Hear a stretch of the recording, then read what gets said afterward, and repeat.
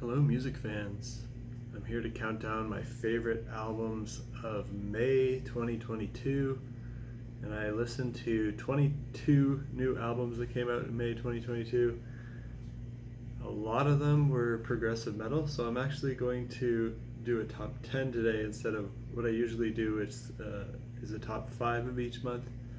So I'm going to call this my top 10 progressive metal albums. Some of these kind of like border on progressive metal. They might be like technical death metal or like post metal, but they all have a little bit of a progressive edge to them that I like. So I'm calling it top 10 progressive metal, but some of them don't necessarily fit into that genre. And let's start with number 10. Number 10 is, which one is it? Siberia, with their album Statement on Death.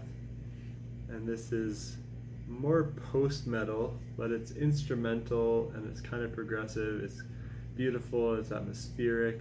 So if you like instrumental post-metal that has some beauty, atmosphere to it, but some unexpected twists and turns, some progressive stuff, this would be a good album to check out. Number 9 is Decapitated with their album Cancer Culture, which I just listened to today. I was not that familiar with them, but I became interested when they collaborated with Tatiana from Ginger. This is technical death metal, but it's got some groove to it, and it's got some progressive influences as well. This was even better than I expected. There's lots of good technical guitar parts. It's quite brutal and heavy, but also there's some nice melodic parts, progressive parts, and some grooves that keep it from sounding too technical, brutal, and chaotic the whole time. This is for fans of Allegion, Obscura, and The Faceless. If you like those bands, I think you'll like this. Number 8 is from the band Cave In, and the album is called Heavy Pendulum. This is their 7th album, but it's the first of theirs that I've heard.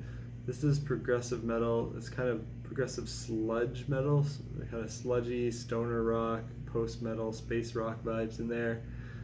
It's very, very solid for fans of The Ocean, Cult of Luna, and Mastodon. And number 7 is going to be Nova Luna with their album Nova Vita, and this is their debut album. It's an Italian progressive metal band that has a lot of melody. They give me some melodic death metal vibes.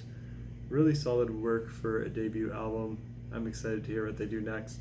They do sing in English. You can hear the accents in their voices, so if that bothers you, maybe you won't like that vocal delivery.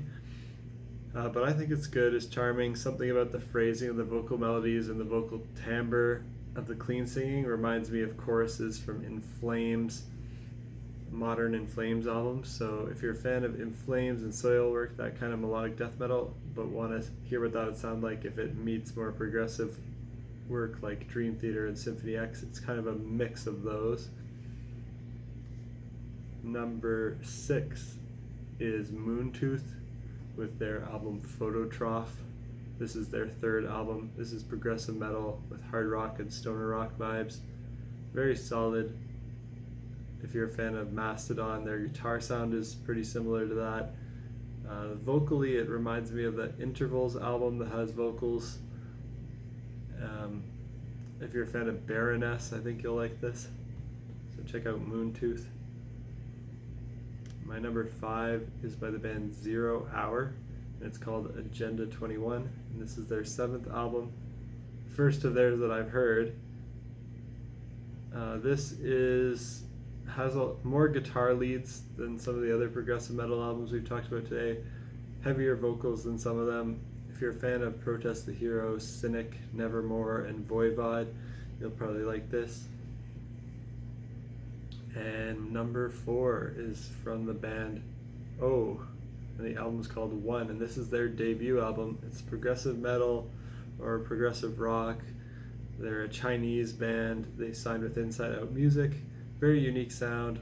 I'm looking forward to see where they go next. They have a female vocalist. They don't do any harsh vocals. They don't sing in English. I assume the lyrics are all in Chinese, but I never really looked into it. They have this quirky and strange vibe, kind of art rock, like Radiohead, mixed with rhythmic prog metal like Tool. They could become a future gem in the prog rock and metal scene. Number 3 is Pure Reason Revolution with their album Above Cirrus. This is their 5th album, and this might be more on the rock side, but it's still got a little bit of metal. This is probably the least metal one on the list, so it's closer to progressive rock, but it's still kind of metal. I think it's even better than their last album, which was also pretty good but didn't grab me as much as this one. They've got both male and female lead vocals, lots of duet parts. A lot of it borders between prog rock and metal. They do have some chugging guitar parts that remind you of metal and some grooves, but then they have other moments where it's more driven by synthesizers. They don't do any harsh vocals, very nice clean singing. And number 2 is, which one is it? Evergrey.